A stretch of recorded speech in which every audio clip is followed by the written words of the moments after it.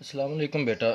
आज हमारा बेटा थर्ड लेक्चर है फ़िज़िक्स का, जो कि है फ़िज़िकल क्वांटिटीज़। टॉपिक का नेम है, topic name is physical quantities. Physical quantities हमारे टॉपिक का नेम है। ये आपका लेक्चर नंबर 3 FSC फ़िज़िक्स 1, ठीक है, लेक्चर नंबर 3। अच्छा, ये चीज़ें आपने बेटा पहले पढ़ी हुई हैं। फ़िज़िकल क्वांटिटीज़ क्या होती हैं, इनकी आगे टाइप्स क्या होती हैं। अगर मैं अब थोड़ा सा इनका ओवरव्यू दूँ तो सिंपल वर्डिंग में मैं कह सकता हूँ कि all measurable quantities are called physical quantities, के वो तमाम क्वांटिटीज़ जिनकी पैमाइश की जा सके, जो मेजरेबल हों, वो कौन सी होती हैं, वो आपकी कहलाती हैं फिज़िकल क्वांटिटीज़। लाइक एक बॉल है, बॉल की एक एग्जांपल ले लेते हैं हम। बॉल है तो मैं कहता हूँ कि आप ना मुझे इसका मैस मेजर करके बताएं, ठीक है ना, इसका मैस कितना है। तो आप मुझे थोड़ी देर बाद कहते हैं सर इसका मैस जो है ना 5 kg है। इट्स मीन जो मैस है वो एक मेजरेबल क्वांटिटी है, तो इट्स मीन ये हम कह सकते हैं कि ये जो मैस है मेजरेबल है, तो इसका मतलब है ये फिजिकल भी हुई। इसके अलावा मैं टाइम पूछ लेता हूँ आपको कि बेटा टाइम बताएं, टाइम क्या हुआ है। आप कहते हैं जिस वक्त ये 7:05 वगैरह हो गए, जो कुछ भी टाइम हुआ है, ठीक है ना, तो इट्स मीन कि ये जो टाइम है ये भी एक मेजरेबल क्वांटिटी है। ये सिंपल थोड़ी सी जो आपको एग्जांपल मैंने बताई हैं कि वो तमाम क्वांटिटीज़ जो कि मेजरेबल हों उनको हम फिज़िकल क्वांटिटीज़ का नाम देते हैं। और अगर हमारे पास मेजरेबल क्वांटिटी हो तो उनको यूज़ करके हम फिज़िक्स को इजीली समझ सकते हैं, क्योंकि अनमेजरेबल क्वांटिटी का हमारी फिज़िक्स के साथ कोई तल्लक नहीं है।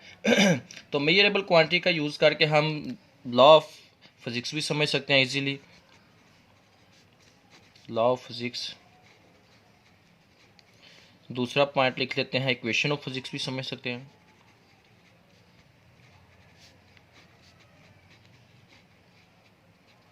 ये तमाम चीज़ें समझी जाती हैं अगर आपके पास मेजरेबल क्वांटिटीज़ हों।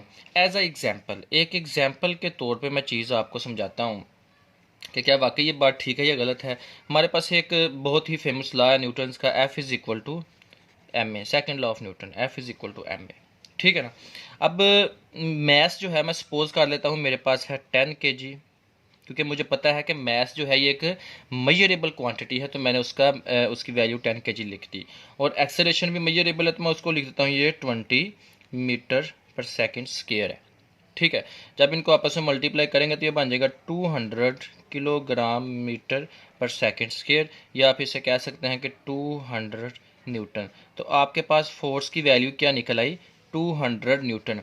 अब इससे ये चीज़ शो हुई है कि आपके पास एक मैस क्वांटिटी थी, एक एक्सेलरेशन, दोनों ही क्वांटिटीज़ आपके पास मेजरेबल थी, दोनों ही फिजिकल थी, दोनों की पैमाइश की जा सकती थी। तो अगर पैमाइश की जा सकती थी तो हम दोनों की वैल्यूज़ को लिख के इजीली हमने फोर्स का आंसर निकाल लिया। अगर इसी एग्जांपल को मैं दोबारा ले लेता हूँ तो मैं कहता हूँ कि फॉर एग्जांपल मैस ए, मेरे पास मैस की वैल्यू तो है 10 kg, लेकिन ये जो एक्सेलरेशन है ये मेजरेबल क्वांटिटी नहीं है, ठीक है ना। इसकी वैल्यू का फिर मुझे पता चल ही नहीं सकता, क्योंकि ये मेजरेबल है ही नहीं है। तो फिर आप कभी भी फोर्स की वैल्यू मालूम नहीं कर सकते, क्योंकि आपके पास एक तो मेजरेबल क्वांटिटी है लेकिन दूसरी नहीं है। इसलिए किसी भी चीज़ को इजीली समझने के लिए आपके पास तमाम क्वांटिटीज़ का मेजरेबल होना लाजमी होता है। किसी भी चीज़ को आप इजीली समझ सकते हैं। अगर फिज़िकल क्वांटिटीज़ की बात करें तो आपके पास बेशुमार क्वांटिटीज़ हैं, लाइक लेंथ है,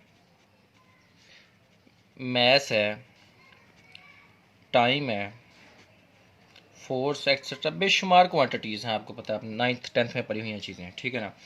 अब इन क्वांटिटीज़ को आगे इन्होंने ना दो कैटेगरीज में तकसीम कर दिया, ठीक है ना, दो हिस्सों में इसको तकसीम कर दिया। एक पॉइंट को कह दिया गया जी ये हमारे पास बेस क्वांटिटीज़ हैं, और दूसरे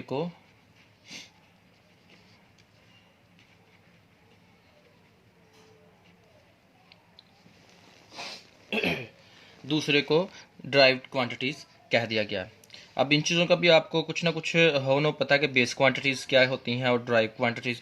बेस क्वांटिटी जो मैं सिंपल वर्ड एक यूज़ करूँ तो उसको हम कह देते हैं foundation of physics, foundation of physics. Foundation का मतलब होता है किसी भी चीज़ की बुनियाद, ठीक है ना, किसी भी चीज़ को बेस मुहैया करना। फाउंडेशन ऑफ फिज़िक्स से पूरी फिज़िक्स की आपकी जो बुनियाद है वो आपकी बेस क्वांटिटीज़ ही से ही निकलती है। और ड्राइव्ड जो होती हैं, सिंपल वर्डिंग भी यही है, इनकी डेफिनेशन भी यही है कि बेस क्वांटिटीज़ को एक्सप्लेन करने के लिए हमें किसी भी और क्वांटिटी की ज़रूरत नहीं होती, जबकि ड्राइव्ड क्वांटिटीज़ को एक्सप्लेन करने के लिए हमें बेस क्वांटिटीज़ की ज़रूरत होती है। मैं आगे इनकी एक एक एग्जांपल आपको बताता हूँ कि बेस और ड्राइव्ड में डिफरेंस। बेस, ड्राइव्ड, ठीक है ना। अब हमारे पास आपको पता है 26 अल्फ़ाबेट्स होते हैं, 26 अल्फ़ाबेट्स हैं। तो ये तमाम वर्ड जो है ना एज अ फाउंडेशन काम करते हैं, एज अ बेस काम करते हैं। अब इनसे हम मुख्तलिफ वर्ड्स बना लेते हैं। लाइक मैं लिख देता हूँ आइडियल, इसके अलावा मैं लिख देता हूँ फिज़िक्स लिख देता हूँ, इसके अलावा मैं इजाज़ जलाली लिख देता हूँ, जलाली, यू नो डैट। आइडियल, अब आइडियल में IDEAL, अब ये जो 5 वर्ड है ना IDEAL, ये तमाम बेस हैं इनकी, और जो पूरा वर्ड एक बन गया आइडियल उसको हम ड्राइव्ड वर्ड का नाम देते हैं। जबकि इजाज़ जलाली या इजाज़ जलाली में देखें IJAZ, इजाज़, इजाज़ में ये चारों वर्ड जो हैं ये तमाम अल्फ़ाबेट हैं और इनको हम एज अ फाउंडेशन नाम देते हैं। जब लेकिन कंप्लीट इकट्ठा करके इसको नाम को पढ़ेंगे तो ये बन जाएगा एक ड्राइव्ड नेम। तो इस चीज़ से मैं थोड़ा सा आपको ओवरव्यू दे रहा हूँ कि वो तमाम वर्ड जो एक्सप्लेन करने के लिए किसी चीज़ की ज़रूरत नहीं होती, वो वर्ड आते हैं आपके बेस क्वांटिटीज़ में, जबकि ड्राइव्ड में उनको एक्सप्लेन करने के लिए किसी चीज़ की ज़रूरत हमें पड़ जाती है। अब अगर बेस क्वांटिटीज़ की बात करें तो हमारे पास लेंथ भी बेस है, मैस है, टाइम, इसके अलावा और भी हैं, ठीक है। अब इसके बाद हम आते हैं ड्राइव्ड क्वांटिटीज़ में। एक छोटी सी इंप्रूवमेशन करते हैं इसमें। ड्राइव्ड में हमारे पास स्पीड जो है ये एक ड्राइव्ड क्वांटिटी है, ठीक है ना। अब स्पीड किससे मिलके बनती है? ये बनती है डिस्टेंस डिवाइडेड बाय टाइम, ठीक है। अब आपको पता है कि डिस्टेंस ये भी बेस है, टाइम ये भी बेस है। अब डिस्टेंस वो भी बेस है, टाइम भी बेस, इन दोनों के बेस के मिलने से एक हमारे पास क्या बन गई? डिराइव्ड क्वांटिटी, ठीक है। इसके अलावा एक और एग्जांपल ले लेते हैं, वही न्यूटन का ला ले लेते हैं, F is equal to ma, ठीक है। अब m क्या है? वो तो है बेस। एक्सेलरेशन क्या है? वो खुद ड्राइव्ड है। अब हम एक्सेलरेशन को क्या करेंगे? इसका खुद फार्मूला लिख देंगे। तो वो क्या होता है एक्सेलरेशन का formula? v divided by t, ठीक है। अब v का फार्मूला लिख देंगे। v का फार्मूला क्या है? वो है d डिवाइडेड बाई t, और साथ ही नीचे t आ गया। अब ये जो d है ये भी आपकी बेस है, अब ये जो t है ये भी आपकी बेस है, और ये जो t है ये भी आपका बेस है, ठीक है। और लास्ट पे आपके पास क्या निकला? हमारे पास फोर्स क्या है? वो डिराइव्ड है। बात समझ आई है मेरी आपको कि अगर हमने किसी ड्राइव्ड क्वांटिटी को निकालना है या हमें कोई ड्राइव्ड क्वांटिटी चाहिए तो उसको एक्सप्लेन करने के लिए हमें बेस क्वांटिटीज़ का सहारा लेना पड़ता है। उसके बगैर हम ड्राइव्ड क्वांटिटी नहीं निकाल सकते। लेकिन अगर बेस क्वांटिटीज़ आपने लेनी है तो उनको एक्सप्लेन करने के लिए हमें किसी ड्राइव्ड क्वांटिटी या किसी और क्वांटिटी का एक्सप्लेन नहीं करना पड़ता, वो खुद ही अपनी एक्सप्लेनेशन होती हैं, ठीक है ना। इसके अलावा कुछ नहीं है आगे, बाकी वही डेफिनेशन है। बेस क्वांटिटीज़ वो होती हैं और ड्राइव्ड क्वांटिटीज़ वो होती हैं जिनके लिए बेस क्वांटिटीज़ की ज़रूरत हो। ये 9th में भी लिखी हुई हैं, फर्स्ट ईयर में भी लिखी हुई हैं बुक्स पे। सिंपल शॉर्ट क्वेश्चन है, ये इनको आपने वहाँ से अच्छे तरीके से रीड कर लेना है। अब छोटी सी एक एग्जाम्पल है, थोड़ा सा टॉपिक है, एक छोटा सा टॉपिक तो नहीं है वो, कि आपको ये जो बेस क्वांटिटीज़ हैं उनको आपने मेजर कैसे करना होता है। मैं लिख देता हूँ यहाँ, how to measure base quantities.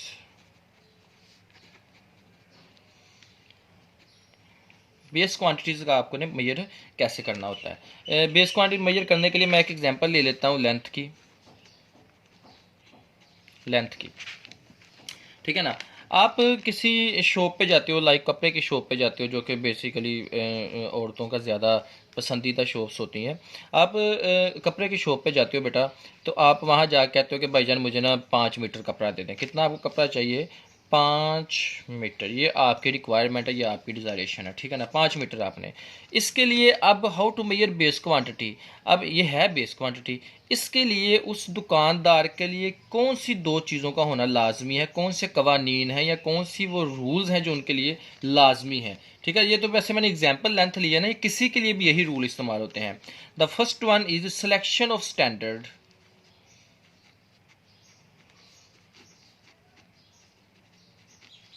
Selection of standard, standard से मुराद कि उसके पास वो जो एक लेंथ का क्या उसे कहते हैं हम यार, वो यार्ड स्टिक्स जो होता है, यार्ड स्टिक, यार्डस्टिक, ठीक है ना, जिसके से वो कपड़े की पैमाइश करता है, यार्डस्टिक।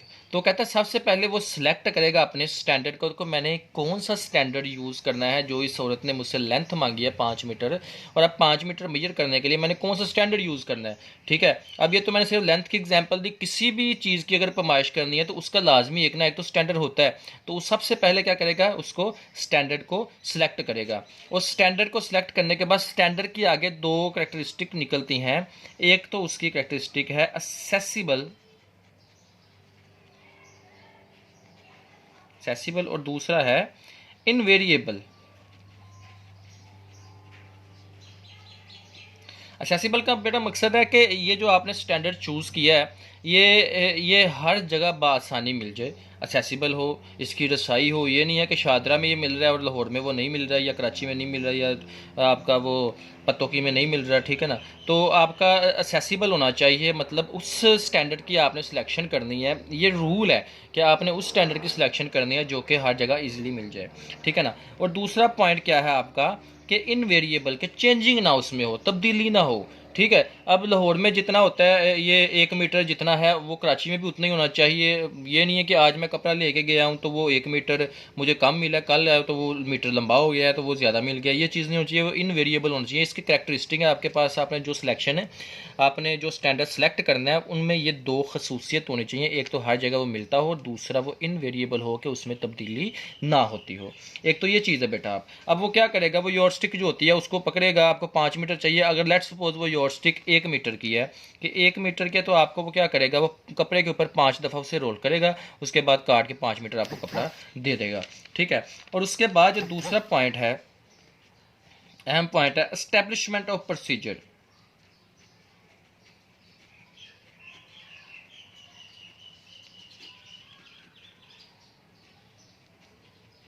एस्टैब्लिशमेंट ऑफ प्रोसीजर, या इसे आप कह सकते हैं कि मेथड कैसा यूज़ करना है। मतलब अब मैंने स्टैंडर्ड तो पकड़ लिया, अब मेरे पास वो 1 मीटर का यॉर्डस्टिक है, अब मुझे उसका यूज़ करना भी आना चाहिए कि मैंने वो किस तरीके कार से उसका यूज़ करना है। अब देखें, कोई भी बंदा जो अनएक्सपीरियंस है वो किसी भी चीज़ को नहीं वो अच्छे तरीके से मेजर कर सकता। अब एक कपड़े की दुकान में जो बंदा काम करता है वही उसे पता कि यॉर्डस्टिक का यूज़ कैसे कर सकते हैं, आप या मैं उसका अच्छे तरीके से यूज़ नहीं कर सकते, ठीक है। तो एस्टैब्लिशमेंट ऑफ प्रोसीजर का मतलब है कि आपने सेलेक्ट किया है स्टैंडर्ड, जो कि असेसिबल भी है, जो कि इनवेरिएबल भी है, उसको इस्तेमाल भी आपने बेस्ट तरीके से करने हैं। The uses of that measurable instrument is the best method, कि आपने उसको अच्छे तरीके से यूज़ करना है ताकि आपके पास एक परफेक्ट और करेक्ट और एक्यूरेट आपके पास रिजल्ट आए।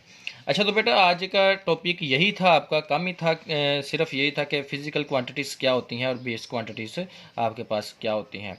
ये छोटा सा ओवरव्यू आपको मैंने दिया है, अच्छे तरीके से इसको आपने समझ लेना है। अच्छा, इसको इजी नहीं लेना आपने एफएससी को कि जी ये तो चीज़ें हमें आती हैं, कोई ज़रूरत नहीं है, ठीक है सर ने बता दिया, हमें तो ये पता बेस क्या होता है।